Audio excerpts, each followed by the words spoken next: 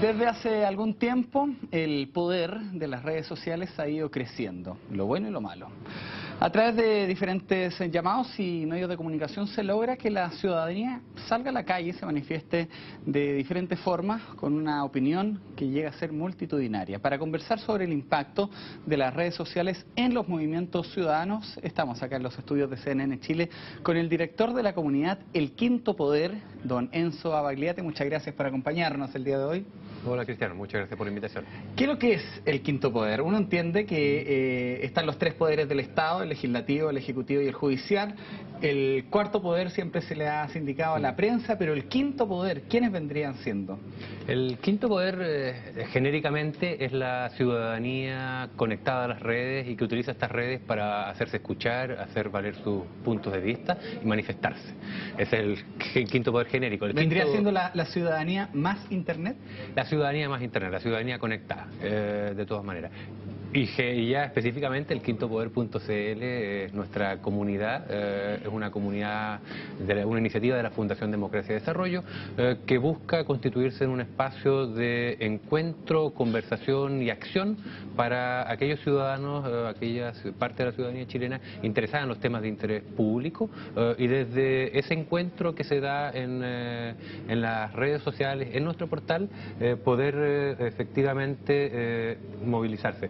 Estamos viendo, por ejemplo, el portal de internet, ahí tienen ustedes un artículo, por ejemplo, batalla contra Hidroicén haciendo camino al andar. Sí, este es un artículo que subimos ayer de Patricio Segura, él es uno de los integrantes del movimiento Patagonia Sin Represas y que efectivamente se está manifestando de cuál es el camino que hay que recorrer a partir de ahora, una vez que la Corte de Apelaciones de Puerto Montt desestimó los recursos de protección y desechó la orden de no innovar que había respecto a este proyecto. Ese es un artículo, son varios artículos escritos por ciudadanos comunes y corrientes, sí. No hay que tener un título, un cargo. No. El único requisito para poder participar en la comunidad del Quinto Poder es estar registrado. Y una vez estando registrado, cualquier ciudadano, y esa es la gracia de nuestra comunidad, cualquier ciudadano puede opinar. Partimos en abril del año pasado y a la fecha tenemos más de 2.300 entradas, columnas de opinión que han sido publicadas por ciudadanos de distinto perfil. Desde el expresidente Lagos, que ha participado con algunas entradas, hasta ciudadanos que lo único que tienen es interés y deseo de colaborar a la construcción de una opinión pública más democrática, que finalmente ese es uno de los grandes objetivos del Quinto Poder, democratizar la manera en que la opinión pública en Chile se construye. Tú hablabas del expresidente Lagos y mencionabas también a la Fundación Democracia y Desarrollo, y bueno, al principio cuando ustedes nacen en abril del 2010, hay una serie de artículos también de portales parecidos. Por ejemplo, leía uno del periodista Sebastián Leguedé en Política y Rock que decían que eran como el brazo cibernauta o ciberpolítico de Lagos. Sí. ¿Cómo toman o cómo tomaron esas críticas? No, pues, asumíamos que era parte de lo que teníamos que enfrentar al principio. Sabíamos que iban a surgir legítimas sospechas de la ciudadanía respecto a qué buscaba el expresidente Lagos con esto, pero en la medida en que la propia conversación que se fue dando en el Quinto Poder, en esa conversación empezaron a surgir entradas, columnas de opinión críticas al expresidente o a su gobierno o a la gestión que alguno de sus ministros realizó, se fue entendiendo por la ciudadanía, por nuestra propia comunidad, de que este no era un espacio para hacer campaña política ni del expresidente Lagos ni de cualquier político de la Concertación.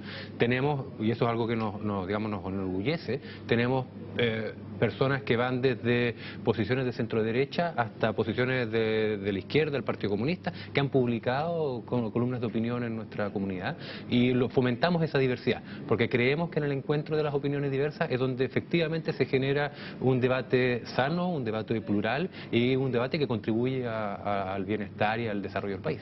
¿Y hay algún tipo de edición o de censura? La palabra censura ya es fea por sí, pero de edición periodística, de los textos que se escriben, no sé, me imagino alguien puede difamar a otra persona, algo que está muy común acá en las redes sociales. Estando registrada, la persona puede enviar una columna de opinión, una entrada, y esa entrada pasa por un proceso de revisión, pero que básicamente es para asegurarnos que por un lado esté relativamente bien escrita, que no vaya con errores ortográficos, con errores gramaticales, y por otro lado que cumpla con las reglas de comunidad. Las reglas de comunidad nuestras están visibles en la parte baja del sitio, se pueden consultar, y son reglas súper sencillas. Básicamente, no insultar, no difamar y no hacer ningún tipo de comportamiento que vaya contra la legislación en Chile. Si se cumplen esas reglas, las entradas se publican. O sea, básicamente ustedes son un centro de convergencia de opiniones. Sí, nosotros decimos que nuestra línea editorial es la línea editorial de la ciudadanía. Son ellos los que definen lo que quieren conversar, en el tono que quieren conversarlo y con la mirada que quieren conversarlo. ¿Y cuáles son los temas que han tocado? ¿Temas importantes que recuerdes tú? Obviamente nuestra comunidad es una comunidad muy reactiva en ese sentido a los temas que en la agenda pública se están conversando. Entonces, por Veíamos ejemplo, portada Hidroicén. en este momento tenemos a Hidroaicén. Tuvimos Hidroaicén hace unos meses atrás cuando alcanzó el pic a raíz de la aprobación en el Servicio de Evaluación Ambiental en Coyhaique. Tuvimos un pic ahí también. Hemos tenido muchas entradas vinculadas al movimiento estudiantil, al movimiento social por la educación, escritas por exministros de educación de los gobiernos de la concertación, pero escritas también por expresidentes de federaciones universitarias, por actuales dirigentes de las federaciones universitarias y por estudiantes y dueños y personas simples de la calle que quieren dar su opinión sobre el tema. Yo escribo un artículo, por ejemplo, del movimiento estudiantil y me llegan respuestas, las respuestas me llegan al email. ¿Cuál es la diferencia entre ser miembro de esta comunidad que es el Quinto Poder, el poder de la ciudadanía más internet, o escribir en un blog y dar mi opinión o en una página de Facebook? Sí. Principalmente yo me atrevo a afirmar que hay dos grandes diferencias. Primero, que aquí estamos hablando de una tribuna con una resonancia pública cada vez mayor. Nuestra comunidad al día de hoy, considerando las personas que están registradas en el sitio, pero además con los que conversamos en Twitter, en Facebook y también en Tumblr, es una comunidad que bordea ya las 25.000 personas. Entonces, lo que se publica en el Quinto Poder tiene un nivel de visibilidad mayor a lo que se publica en un blog personal. Yo tengo un blog personal y yo me doy cuenta a veces cuando la entrada que publico en el Quinto Poder la reproduzco en mi blog personal, los niveles de resonancia son totalmente distintos. Eso es por un lado. Y por otro lado, algo muy importante, al Quinto Poder, especialmente en Twitter, lo siguen buena parte de la clase política, de los parlamentarios, de los miembros de partidos que tienen presencia en Twitter. Los influyentes. Exactamente. Entonces, publicar en el Quinto Poder te permite llegar, no necesariamente a que te respondan y que te comenten, pero sí por lo menos saber que vas a ser leído por personas que finalmente son tomadores de decisión. Que ahí es donde el Quinto Poder también pretende influir, es abrir la cancha para que el ciudadano común y corriente, el ciudadano de a pie, de la calle, tenga una tribuna que sea una tribuna escuchada y atendida por los tomadores de decisión. Siempre se ha hablado del poder ciudadano, del poder que tiene la ciudadanía. A mi juicio, el gran poder de la ciudadanía está en el agrupar gente y salir a protestar, cosas que antes no se hacían. Pero hay una carencia que muchas veces el ciudadano solo, cuando no está respaldado por organismos tradicionales, se queda ahí. ¿Es el poder ciudadano o portales o comunidades como la del Quinto Poder la forma de canalizar este paso previo que hay desde el enojo ciudadano a la protesta, a la toma de decisiones ya en niveles más altos? Eso es precisamente una de las apuestas que tiene el Quinto Poder. No solamente generar un espacio de encuentro donde la gente pueda vaciar su indignación, canalizar su rabia, sino desde esa rabia y esa indignación pasar a la propuesta. Y el Quinto Poder tiene dos grandes ámbitos. Tiene el ámbito de las opiniones, que es lo que venimos conversando, pero también tiene el ámbito de la movilización. Y en estos ya año y medio de funcionamiento hemos apoyado algunas causas, algunas movilizaciones que han sido impulsadas por integrantes de miembros de nuestra comunidad. Por ejemplo, no sé si te acuerdas, hace unos meses atrás hubo un proyecto de ley de un grupo de diputados que pretendía limitar el acceso de los ciclistas a las calzadas. Hubo una reacción ciudadana importante, distintas agrupaciones de ciclistas se manifestaron, hubieron manifestaciones de ciclistas en las ciudades, en distintas ciudades de Chile, Arica Punta Arenas, pero un integrante de nuestra comunidad, Danilo Canales, que es ciclista, no pertenece a ninguna de estas agrupaciones, pero él es usuario de bicicleta, levantó una carta que en el transcurso de una semana y media reunió casi 1.600 firmas, y nosotros, utilizando esa carta, interpelamos a los diputados que tenían presencia en Twitter y que estaban patrocinando el proyecto. Es que eso pasa, pues, Enzo, porque una vez uno puede tener una idea, una queja, un reclamo, pero muchas veces me falta la forma de articular a las personas, sí, o la creación de una red. ¿Son las redes sociales o la internet en general la nueva forma de movilización o de agrupación de gente? Lo hemos visto, por ejemplo, en el norte de África, sí, en Inglaterra también. Son efectivamente Yo quiero ahí distinguir, hay dos cosas, y hay una afirmación que se hizo a raíz precisamente de lo que ocurrió en Egipto, donde alguien afirmó que las redes sociales son buenas para la agitación, pero son malas para la democracia. ¿Qué quiere decir? Que son buenas para generar, canalizar a la gente que salga a la calle, que se manifieste, pero a la hora de construir consensos todavía no revelan su potencial mayor. Eso es lo que ocurre a raíz de lo que pasó en Egipto, pero por otro lado tenemos la experiencia de Islandia, donde un país que el año 2008 entró en bancarrota, que metió a sus banqueros a la cárcel, que destituyó y encarceló al primer ministro de la época y que decidió dotarse a sí misma de una nueva constitución. Y entre otras herramientas están utilizando Facebook como espacio para que los ciudadanos islandeses propongan artículos y recomendaciones para esa nueva constitución. Ahí estamos viendo cómo una red social ya es utilizada con fines propositivos. Entonces, la apuesta, no solamente nuestra, sino yo creo que todos los que estamos en el tema de redes sociales, cómo vamos desde la movilización hacia la elaboración de propuestas. Hay en Chile, yo creo que hay un hito que a mí en lo personal marca un antes y un después, y que tiene que ver con el primer cacerolazo que se convoca en este proceso de manifestaciones estudiantiles, que ocurre el 4 de agosto, cuando Camila Vallejo, a través de Twitter, a las 12:30 creo que fue de ese día, ante la negativa de las autoridades de autorizar las marchas de los estudiantes en las calles, decide en protesta convocar un cacerolazo para las 9 de la noche. Retomando una práctica que hacía 20 y tantos años que en Chile había desaparecido, y no lo convoca en una conferencia de prensa, no lo convoca a través de un canal de televisión, como puede hacerse en Chile, sino lo convoca a través de su Twitter. Y a través de Twitter convoca a la movilización. Y yo vivo en un sector que es frontera entre Providencia y Ñuñoa, y ese día en la plaza que está frente al edificio donde yo vivo, habían 60, 70 personas que habían respondido a ese llamado. Absolutamente, nosotros lo cubrimos ese día que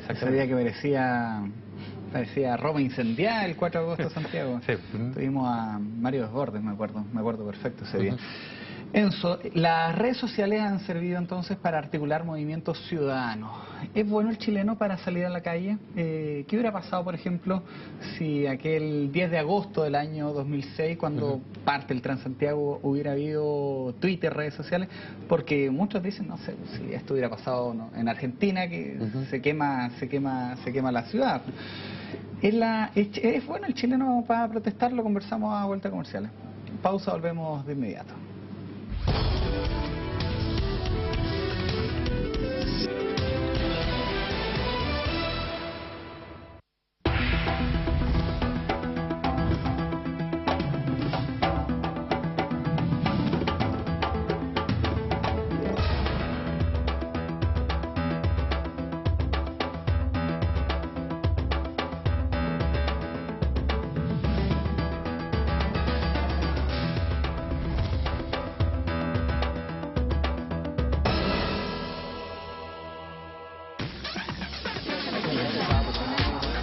Más de 5.000 entrevistas desde nuestro lanzamiento a fines de 2008.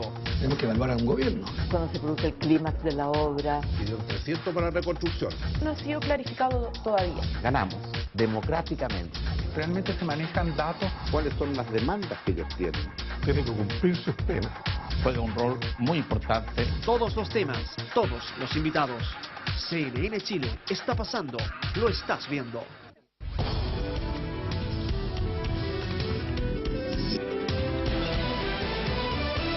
Yo hacía mención antes de comerciales al inicio del Transantiago, fue el 10 de febrero del 2007. Claro, fue un año después de ahí de que asume Michelle Bachelet. Faltó una articulación como la que existe hoy a través de las redes sociales, porque si bien es cierto hubo protestas por el Transantiago, no al nivel de lo que vemos hoy, con un problema mayor. Sí, posiblemente el escenario hubiera sido distinto si hubiera la ciudadanía tenido a su alcance estas herramientas de coordinación y de colaboración. Posiblemente, no es difícil hacer hacer política flexión. Lo que sí, de todas maneras, y eso tiene que ver con una reconstitución de tejido social. O sea, el Transantiago fue quizás una expresión importante de malestar de la ciudadanía. También fue el pingüinazo durante el gobierno de la expresidenta Bachelet, que efectivamente los pingüinos ya empezaron a utilizar las tecnologías para efectos de coordinación, de difusión de su los mensajes del celular. Entonces, ¿qué hubiera pasado el 2007 con estas redes? Yo me atrevo a decir que sí, que hubiera sido mucho más intensa la reacción ciudadana. Ahora vemos que la ciudadanía está en la calle y muchas veces después de Hidroicén, lo conversamos de hecho con Luis Mariano Rendón, ese poder ciudadano no se veía canalizado muchas veces en situaciones concretas y se llegó a postular la creación de un partido ciudadano. ¿Cómo ves tú la posibilidad de este partido que todavía no se crea, pero que en algunos países está ya en curso? Sí. Efectivamente, las redes sociales levantan o visibilizan a una ciudadanía que por distintas razones no estaba siendo considerada en los grandes debates públicos.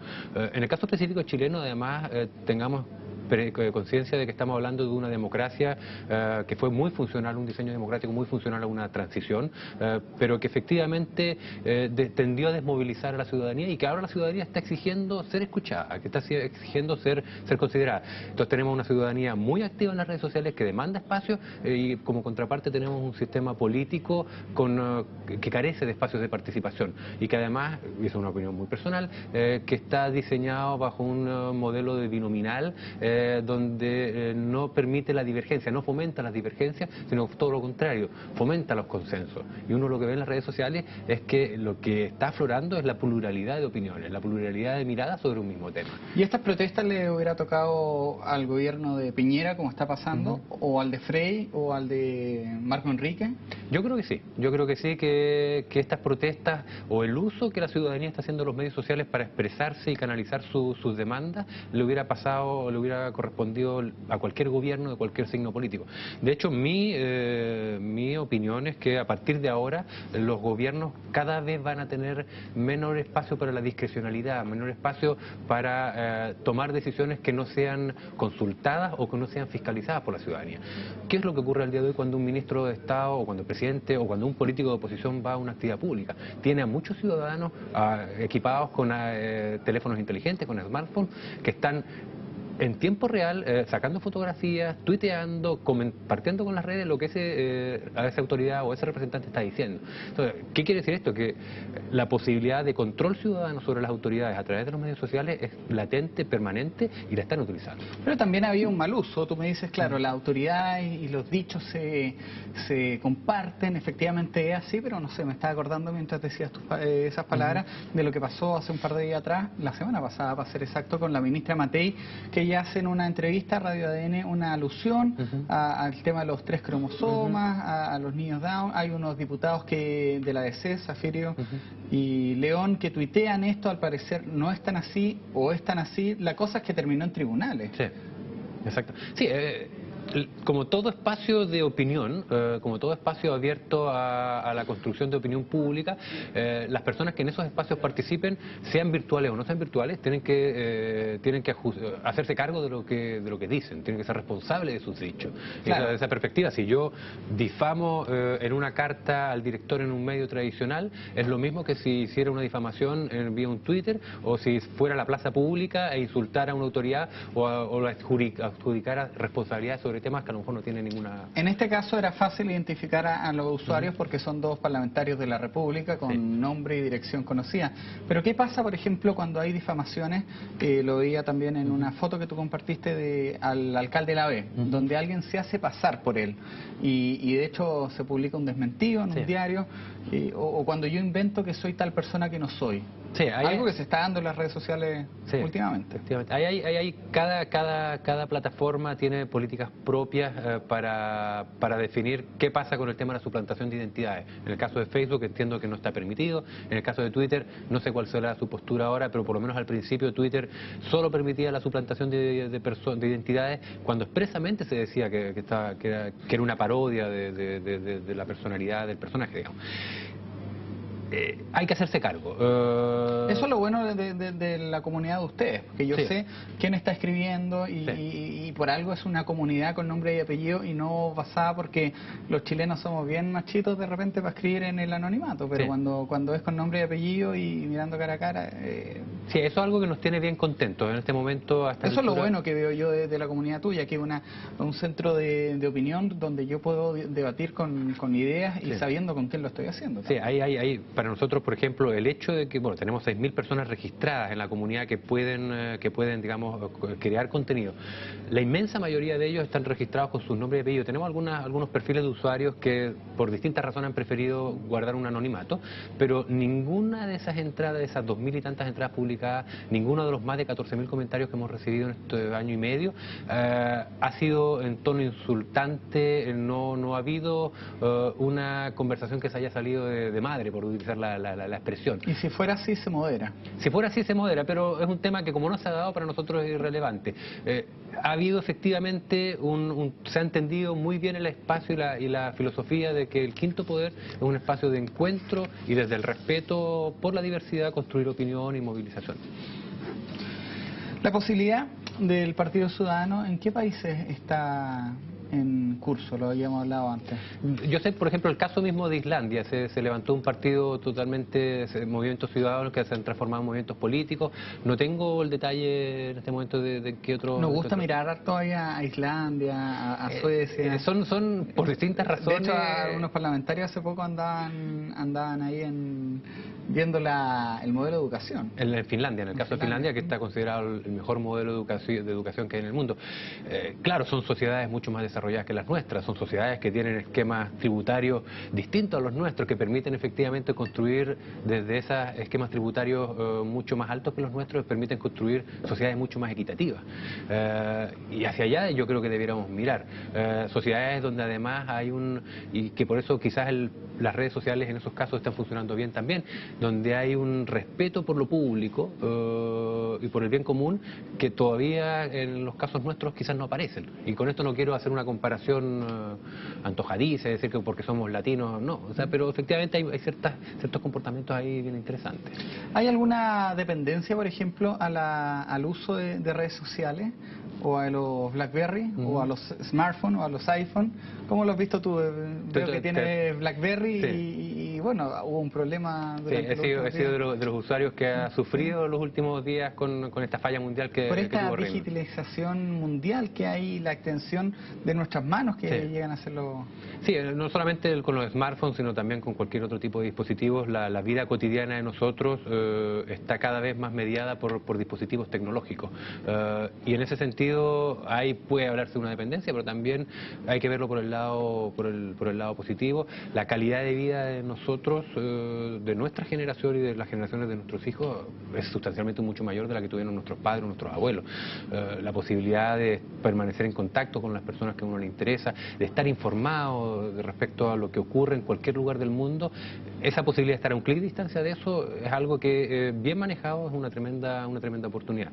Y ahí es donde uno se hace la pregunta cómo estamos en Chile, más allá de ciertos segmentos de la sociedad que tienen acceso a estos dispositivos, si efectivamente estamos avanzando hacia una sociedad, hacia un país con altos niveles de inclusión digital, donde todos puedan potencialmente participar en espacios como el quinto poder. Si la opinión pública cada vez más se construye en las redes, al gobierno, a la clase dirigente, a la élite, le debería preocupar de que en ese mundo digital participaran todos los chilenos y tuvieran efectivamente oportunidades de expresarse. Enzo, tú fuiste defensor en algún momento de una posición que no era muy popular, que era la del monitoreo. ¿Por qué? ¿Por qué tomar esa posición cuando lo más fácil era atacar? En mi juicio personal creo que no se estaba haciendo nada más que buscar tendencias, que poner en el Twitter, que ponte algunas columnas, era un poco más específico, pero no.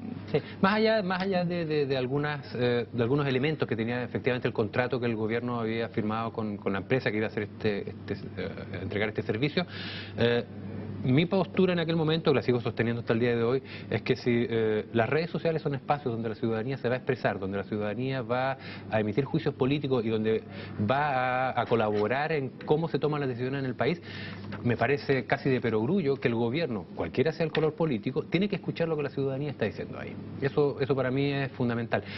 Cualquier gobierno de cualquier color político y a partir de ahora. O sea, en ese sentido, las redes sociales llegaron para quedarse y si yo, en el caso particular mío. O sea, si yo participo en Twitter, si yo participo en Facebook, si tengo un blog personal, es porque quiero ser escuchado, porque no tengo acceso a otras tribunas. Y en ese sentido, que el gobierno o las autoridades, los que toman decisiones, escuchen y lean lo que yo estoy escribiendo ahí, me parece que es lo mínimo que se puede hacer. Claro, esto se da en un contexto de... Semanas antes, el ministro del Interior, en un programa de televisión, interpeló a un periodista y le dijo, sé lo que usted escribió en Twitter. Entonces, se daba en un contexto quizá un poco adverso de persecución. Mal timing. El mal timing. Pero yo creo que es algo que el monitoreo, la escucha activa, por ponerlo en términos positivos, es algo que debiera cualquier gobierno a partir de ahora hacer.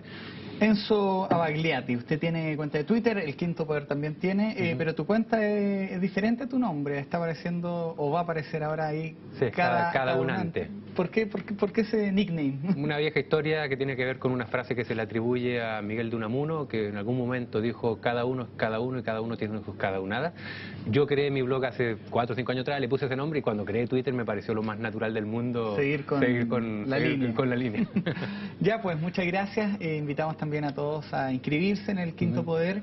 ¿Hay algún formulario de inscripción? Mientras terminamos revisando la página. Un formulario tipo que pide los datos básicos para que la gente pueda crearse una cuenta y los invito efectivamente a participar y a contribuir al debate público. Sí, pues ¿cuáles son los temas que están ahora y los que vienen? En este momento, no sabes, porque es la ciudadanía la que dicta la agenda. Entonces, en ese sentido, el día de hoy tenemos a Patagonia sin represas en portada, pero posiblemente mañana tengamos algún tema vinculado con la renovación de la concertación. ¿Y va cambiando todos los días? Va cambiando la portada, la cambiamos todos los días. Estamos recibiendo entre 5, 6, hasta 7 columnas diarias que nos manda la comunidad y son ellos los que deciden los temas. Qué bueno, ahí está el verdadero poder ciudadano, el Quinto Poder. Poder ciudadano más internet, me gustó eso. Muchas gracias, Enzo. Muchas gracias a ti, Cristian. Gracias a ustedes por escuchar y ver esta entrevista. Ahora sigan informándose acá en CNN Chile.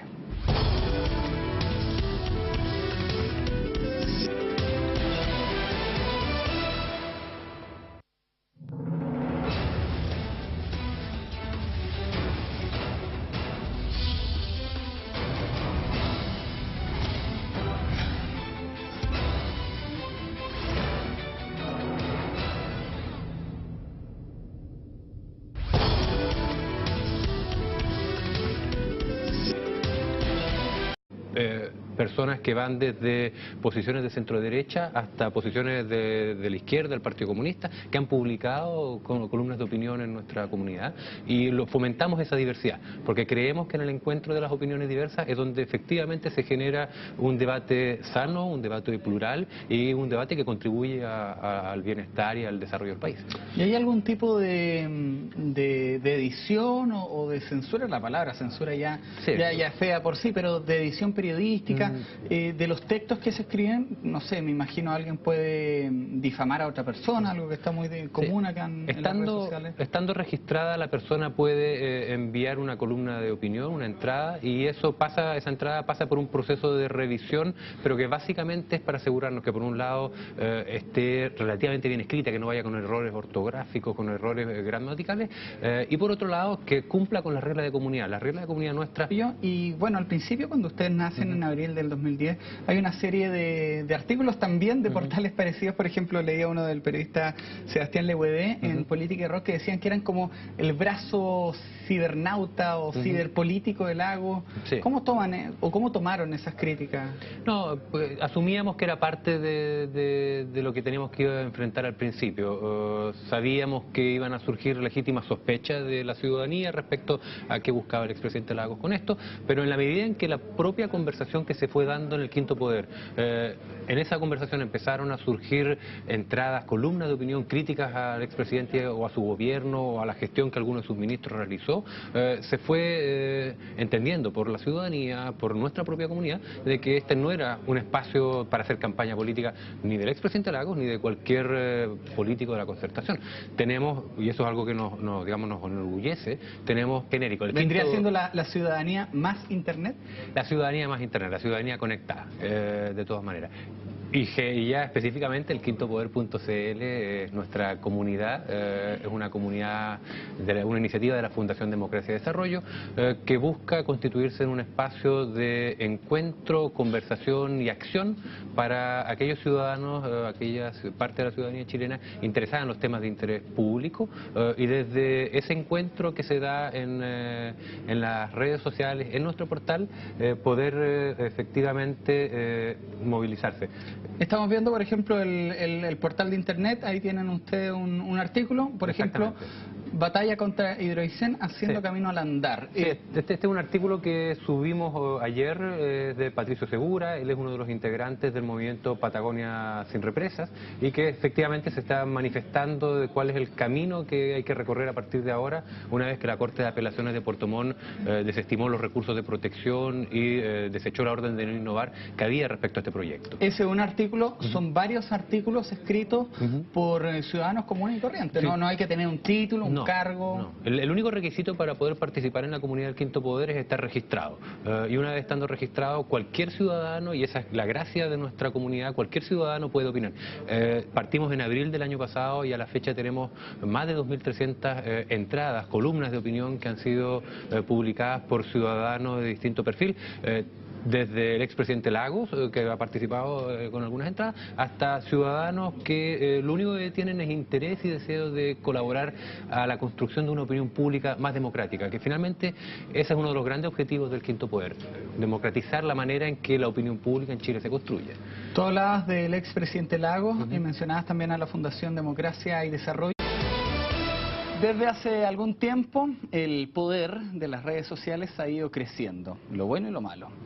A través de diferentes llamados y medios de comunicación se logra que la ciudadanía salga a la calle y se manifieste de diferentes formas con una opinión que llega a ser multitudinaria. Para conversar sobre el impacto de las redes sociales en los movimientos ciudadanos, estamos acá en los estudios de CNN Chile con el director de la comunidad El Quinto Poder, don Enzo Abagliate. Muchas gracias por acompañarnos el día de hoy. Hola Cristiano, muchas gracias por la invitación. ¿Qué es lo que es el Quinto Poder? Uno entiende que están los tres poderes del Estado, el legislativo, el ejecutivo y el judicial. El cuarto poder siempre se le ha sindicado a la prensa, pero el quinto poder, ¿quiénes vendrían siendo? El quinto poder genéricamente es la ciudadanía conectada a las redes y que utiliza estas redes para hacerse escuchar, hacer valer sus puntos de vista y manifestarse. Es el quinto poder